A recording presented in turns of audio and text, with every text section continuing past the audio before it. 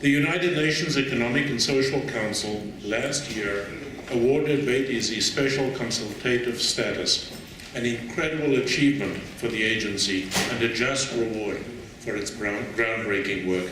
It is my pleasure to introduce Jean Judes.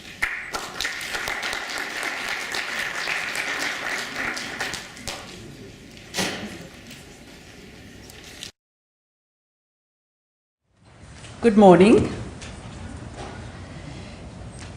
1 billion people, some 15% of the world's population, have physical, sensory, or mental disabilities, according to the World Health Organization. And we all know, if you have met people with disabilities in your clinic or your community, we all know that they have families, they have parents, grandparents, siblings, and if they are married, they have a spouse and children.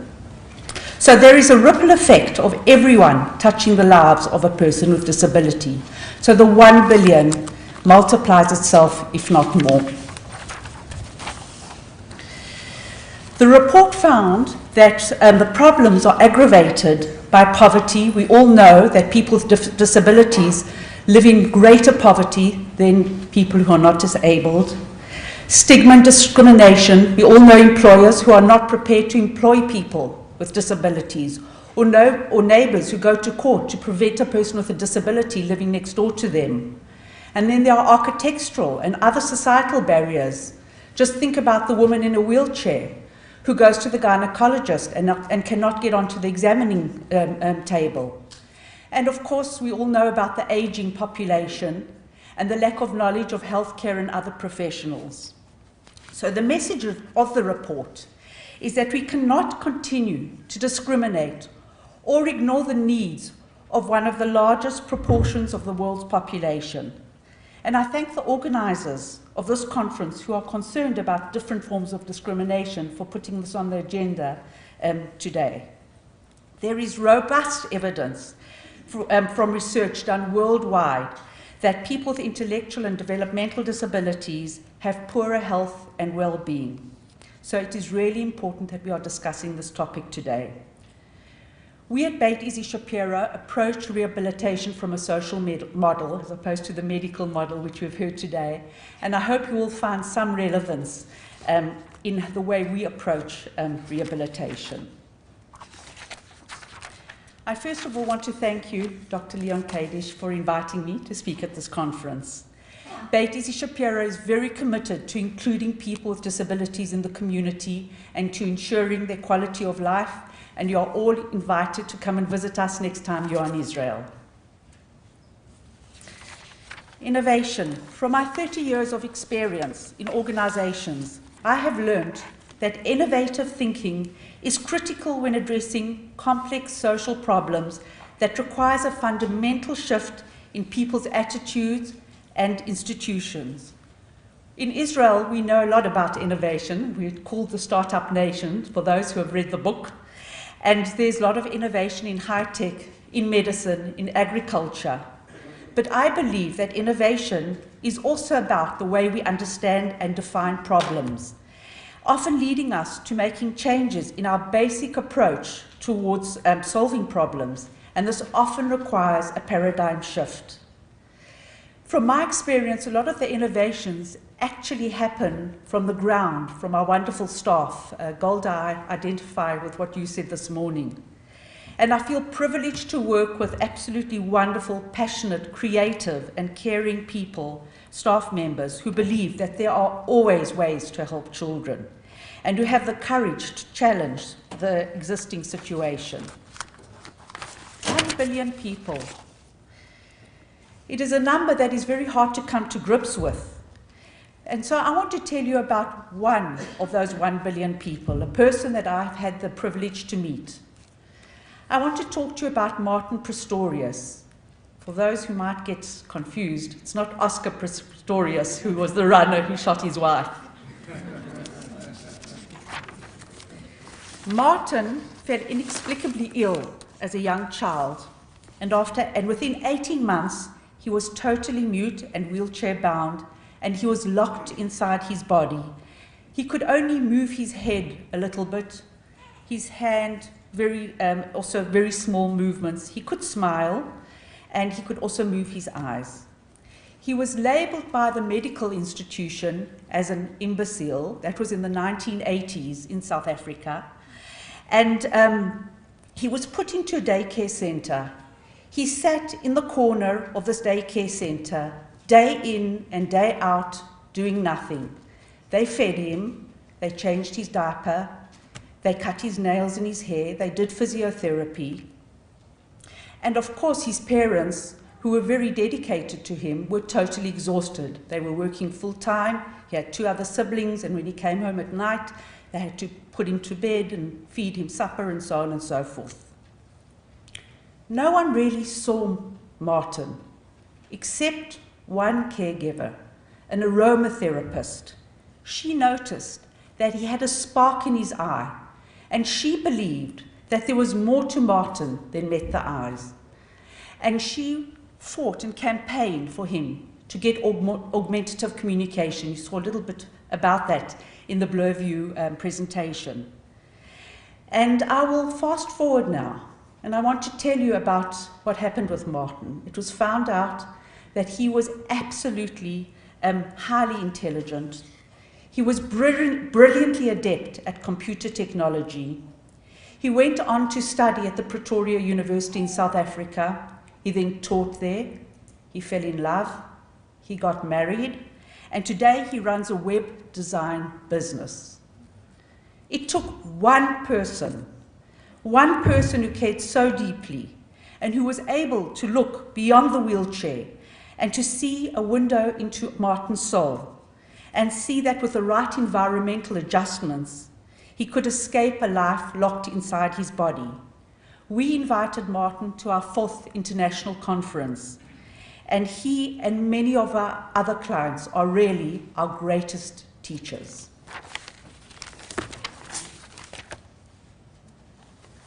So what have we learned? We have learned that to beat the odds for Martin and others like him, we have to approach rehabilitation, health and well-being in a broad, multi-layered context. Beit Izzy has developed what we call the circle approach. We believe that the problem of a person with disabilities not only lies in his impairment itself, but lies largely within the society within which he lives, and the interaction of the person within the family, within the community, and within the society where there are cultural, social, and economic policies that surrounds the person. That is where we should also be looking. I would like to share with you just a little interesting pilot research we did recently, just to emphasize my point, with children between the ages of 4 to 6. We wanted to see what their perceptions were of their peers with disabilities. And we couldn't really find a tool that we could really use for our research, so we had to devise a tool. We had 3 boxes: a picture of a typical child, a picture of a child with hearing aids, and a picture of a child in a wheelchair. We asked a number of questions, and I just want to bring 2 examples. We asked, when you have a party, which of these 3 children will you invite? Most answered that they would invite the typical child, and when we asked why, they said because the child in a wheelchair can't get into the house, can't dance, and can't play. When we asked children play and get dirty, which of the 3 children will be more dirty than the rest, they all said the child in the wheelchair. And when we said why, they said because a child in a wheelchair cannot get into a bath. So what I want to point out is that perceptions, because we believe that at that age it's not a matter of attitudes, it's a matter of perceptions. And it's a child's logic. A child does not think and does not know how a child in a wheelchair, his peer, can get into a bath. They cannot imagine it. They do not know that a child in a wheelchair can in fact dance. So these are things that should and can be tackled, and we tackle them from a very early age in the kindergartens and onwards. So what is our strategy at Beit Izzy Shapiro? What is the way we feel we can make a social change in Israel, to make a larger change, to improve the quality of lives of people with disability? We believe that we have a three-pronged strategy where we do three core issues. We deal with three core issues. First of all, we develop innovative services. We see where there are needs and where the needs are not being met, and we set up services, and our whole idea is to make them replicable services that can then be taken and adopted by other non-profit organizations, by government, and they do great things with it, sometimes better than what we have done. And that is really what our thinking and our dream is. So we set up the first early intervention center in Israel for children with very severe disabilities. And when our waiting list was just so long, we realized that Beit Izzy Shapiro could never, ever answer all the needs. So we went to the parliament, we brought them to Beit Izzy Shapiro, built a law on the rights of every child with a severe disability to be entitled to early intervention. This law was passed. Well, I don't know what it's like here in Canada, but in Israel, if a law is passed, it doesn't mean to say it's going to be implemented. So we set up a coalition of 60 organizations, fought for the implementation, took the government to the high courts when it wasn't being implemented. Today there are 120 early intervention centers in Israel, and any child who has a severe disability will automatically and immediately, from down south to up north, get early intervention. And that is our thinking. We set up the first Snoozerland. Today there are 400 rooms, the first hydrotherapy centre in the community. And today there are 140, the first accessible park. Today we are working with 30 municipalities to set up accessible parks, etc., etc. That is our idea and our concept of setting up a model service. But we realize that if we are doing innovative stuff in Israel, we obviously have to research it. So we have set up an in-house research centre, and we work together with the universities to research and to evaluate the services that we are developing, see what's working, see what's not, adjust our services, and then we disseminate it through our training institute. We train about 3,000 people a year. And lastly, maybe the last core issue that we deal with, and we put a lot of our resources into it, and I think in this core issue, I see less in other organizations, and I think it's very critical, is the work that we do on changing attitudes in the community and influencing policy. We really do believe that most of the problems are in the society and not with the person with a disability. So we have really a center of excellence, but then we have one exception. We decided that we're not going to branch out and make different branches all over the country. That wasn't our concept. We decided we wanted to develop knowledge and disseminate our Torah. But we did make one exception, and that is in the Arab community. Because children, especially who have severe communication problems, should actually learn and get therapy and help in their mother tongue. And we saw that there was a gap of services in Arabic. So we set up like a mini Beit Izzy Shapiro in Kalansoa, which is in the Southern Triangle, in the Sharon area. And we have had the service has been up, and you're all invited to come and see it. We've set really up a center of excellence. All our staff are Arab speaking, highly trained, and we have formed a tremendous partnership together in changing also the stigma and discrimination in the Arab community about people with disabilities, in encouraging the community to expect very high level services. And what is very interesting, because we work across all cultures and groups, we believe if our message is that you have to accept difference, well, you have to accept every difference, if it's religious, if it's cultural, if it's ethnic, or whatever it is, if it's sexual orientation. We believe that our message of tolerance has to cut across everything. So we work with all the different groups, and we found that the ultra-Orthodox groups whom we work with, and of course the Arab community, they actually have a lot in common in terms of the issue of disabilities. And maybe one of the most exciting things that has happened with us is that we set up a parent leadership group because we know how these parents really have to fight for their rights. And in that group, this was in Akko, in the north, there were parents who are ultra-Orthodox religious Jews, Arab parents, and parents who are from the former Soviet Union. And what was so touching was to see how disabilities creates a common bond. And I believe we've really found the secret to getting to peace through disabilities. It really works. So I'd like to tell you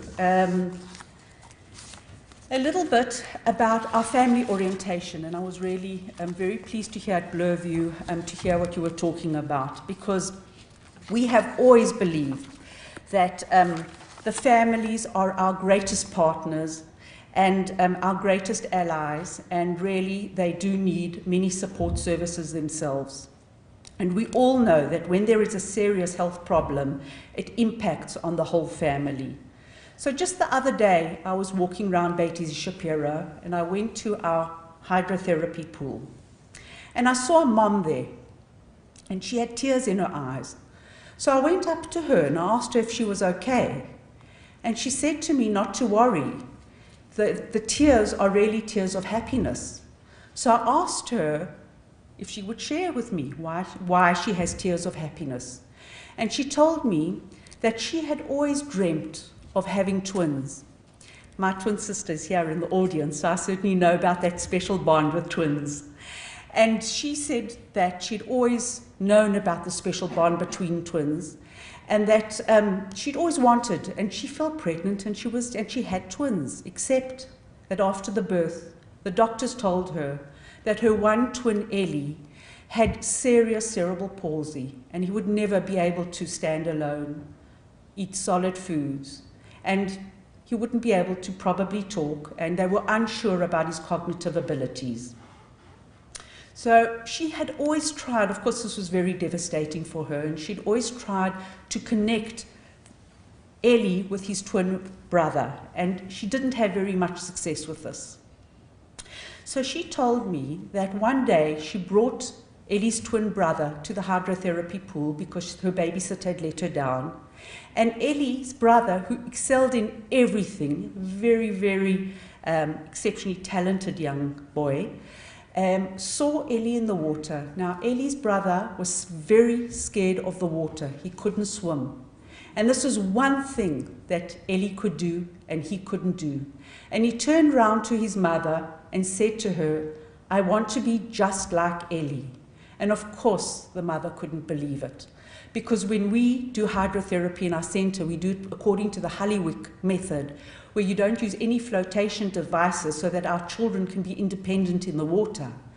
So our therapist, who'd always, we train all our therapists in family orientation, immediately said to the twin brother, "Well, why don't you join us in the water and Ellie will teach you how to swim?" The long and the short of it is that they started to swim together in the water with the support of the therapist. And when I went to take this picture, I saw Ellie, his twin brother, and the little sister enjoying themselves in our hydrotherapy pool. So and actually the mom's now complaining that the children make a balagan. I don't know if you know what a balagan is, but it's a Hebrew word that they're very mischievous together today, and they play together and laugh together, and she's now complaining on the other side. So that is a story of Ellie's exceptional family. But in fact, Beit Easy Shapiro has always been family-oriented. We've always believed that we should be looking at the quality of life of the whole family. And when I was at a conference like this in Cyprus many years ago, during the coffee break, which are probably the most important parts of a conference, a few of us were sitting around, and there was an Ivan Brown from the Toronto University and someone from the Brisbane University, and we all said that there is actually no tool that measures family quality of life. What happens to the whole family, not just to the person with the disability or the mother? What happens to the whole family when a child with disabilities is born? And we did a piece of research between the three countries, Israel, Beit Easy Shapiro, Toronto University and Brisbane University, and we developed a tool to measure family quality of life and identify those variables that make or break family quality of life.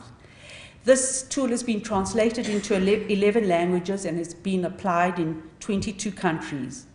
But the truth is that obviously this kind of work emphasizes for us that in anything we do, we really have to look at the whole family. And when we were doing the research, one of the things that the parents said to us that it impacts negatively on the family quality of life is that there are no recreational services for families in the community. That when they go out, either they leave their child with disabilities at home with a caregiver, and they take the other siblings, or they take the child with the disabilities and leave the other kids at home. Well, you can't have family fun together like that. So we decided to set up the first accessible playground in Israel, where that carousel, you know, kids love carousels, but do you know that most carousels, there's a gap between the ground and getting onto the carousel, so a kid in a wheelchair can never go in a carousel. So we put in an accessible carousel, which is at ground level. We put ramps so that children in wheelchairs can go down the slides. We put all sorts of elements so that blind children could find their way within the 9 acres of this playground. Elements of sound like water, and so on and so forth. And in addition, we started to do educational programs, and we made a partnership with Sesame Street in Israel. And you can see we developed a Muppet in a wheelchair, and there's no better way than to get your message across than through the media. So through the playground and through educating through all the kindergarten gardens and getting the children to play together is one of the ways that we try to take down all the societal barriers and change attitudes. The next example that I want to bring is around the snoozelen. Thank you for explaining what the snoozelen is. I don't have to do that now. We have a very creative occupational therapist, Dr. Michelle Shapiro, who was very frustrated and wanted to leave Beit Izzy Shapiro because she felt she's just not helping the kids in the regular OT room. And we challenged her. We said, start dreaming, start looking for a solution. And she started to read. She heard about what was happening in Holland. We sent her there. She came back and she set up the first snoozelen room. But of course, we saw that there was a change in the behavior of our children. But we realized that we had to look at this empirically. So we did the first world research, actually, on the snoozelen, together with the School of Medicine and the School of Occupational Therapy at the Jerusalem University, at the Hebrew University in Jerusalem. And what we found was that hyperactive, we used physiological measures as well as behavioral, so they had heart halters and so on. And what we found is that hyperactive children relax when they're on the snoozelen, and very, very passive children become more curious. So we realized that what the room does is balance the senses, which then lets the child obviously be much more functional. When we saw what happens, and one of the side effects or one of the side benefits of the research is that we saw that the heart rate of our children with disabilities is much higher than typical children of the same age. So we realized what kind of anxiety our children are going through in the overstimulating environment that they have to live in. So we decided to transfer this knowledge into the homes and into our classrooms.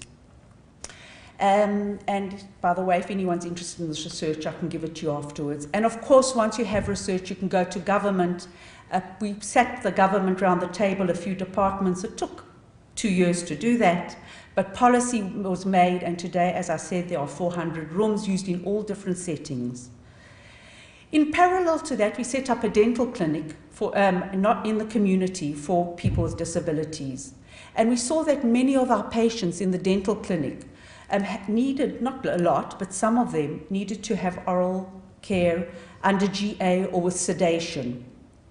And then our very creative occupational therapist said, just hang on, if the snoozelen can bring down anxiety, let's snoozle our dental clinic and let's create a new kind of papoose board. Let's see if this brings down the anxiety and we have to use less GAs, and there's always risk in that, of course, in sedation.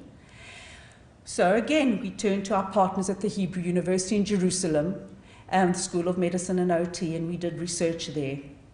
And we found, and we had typical children and children with disabilities in this research that we did, and we found that with both groups, the anxiety went down significantly, more so the children with disabilities, but in both groups it went down. So then we So now what I want to show you, just before we start, I want to just show you a short clip with 2 children getting dental care before the use of the adapted environment, snoozling environment, and getting dental care with it. It's not so easy to watch. It's short, don't worry. We all hate the dentist, but look at the amazing results. Here is Tom, who has a great fear of the dentist. You can see the therapist has to hold his head.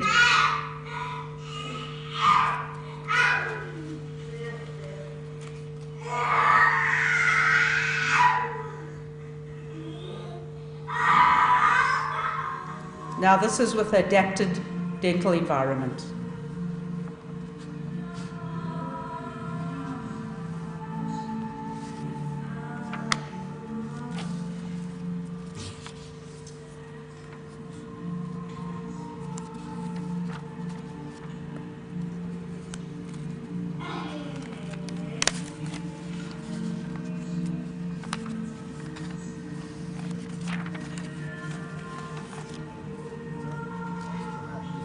Now we're going to be seeing Avital, whose father is a dentist and he cannot help her, and she has tremendous behavior problems, and you can see how she's reacting.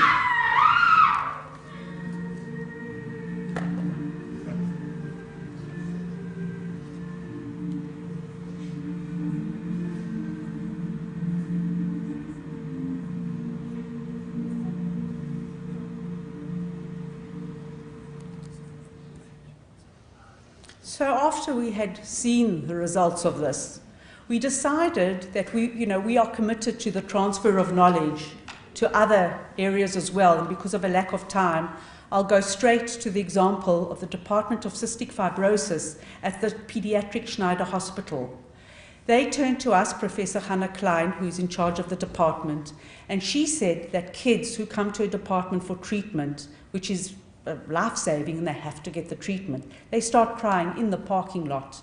And until they get to her, everyone is frazzled, the child, the parent, as well as the staff.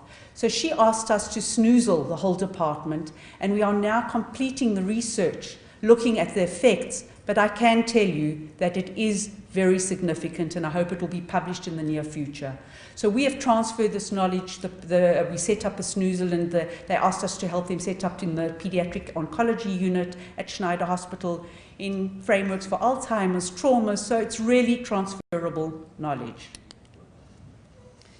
The third and last example that I wanted to bring of the innovation that happens at Beit Easy, and I was really curious to hear that you're also doing it at Bloorview, is really, we all know that touch devices affects all our lives. There's no one in this room that it hasn't affected for good and for bad. But it certainly has revolutionized the lives of people with disabilities.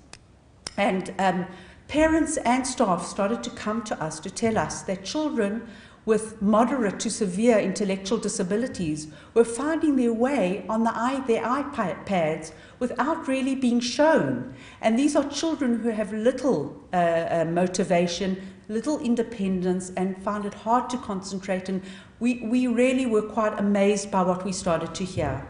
So we've decided to look into this, not from the point of view Robin mentioned, that iPads are being used for communication, I think, not for communication and not for education, because quite a lot of work is being done in that, but to look rather from the perspective of recreation. Because, you know, when a child comes home, he still has many hours before he goes to sleep. And when the parents take the child to their friends and the child has nothing to do, the behavior problems start. So we feel the iPad has a lot of potential also in inclusive interactions, because then siblings and friends can get together with a child with disabilities and use the apps. Now, I don't know if you all know, but Israel, there are amazing app developers. In fact, in the app stores all over the world, the most apps that are sold in app stores are done by Israeli app developers. So we have a huge human resource under our fingertips. And we've made a partnership with Apple, with the Israeli subsidiary of Apple in Israel. And together, we are now also finding which apps work with which children, with what kinds of disabilities. You have to do feature matching. We are also adapting existing apps, and we are now starting to develop our own apps. Now, this is not only happening at Beit Izzy. I think that there's a lot of interest in other countries. We're beginning to make connections with other countries to see what people are doing, but it is very exciting work. In fact, I want to tell you, when I was at the United Nations, I understand that I have to finish, when I was at the United Nations, again, talking about making friendships across borders, I met a wonderful man who's in charge of a big organization in Qatar. And he has developed apps in Arabic for children with special needs. And we are now developing an exchange between what they are doing for our children in our Arab community and what we are doing. So I'd like to end off that global problems need global solutions. But in fact, really, at the end of the day, and we are doing all sorts of things with all sorts of countries. We are helping South Africa, Ecuador, and Uruguay to set up accessible parks and many other things. We are learning from you. We learned from Professor Tim Gofan here in Canada about the Dual Diagnosis Center, and we've learned from Robin. So it's really a matter of exchange. But we know that the real change comes with one child at a time and one family at a time. And you have to really care deeply, you have to think differently, and you have to really believe in the abilities of the children. So I will end off with a short clip.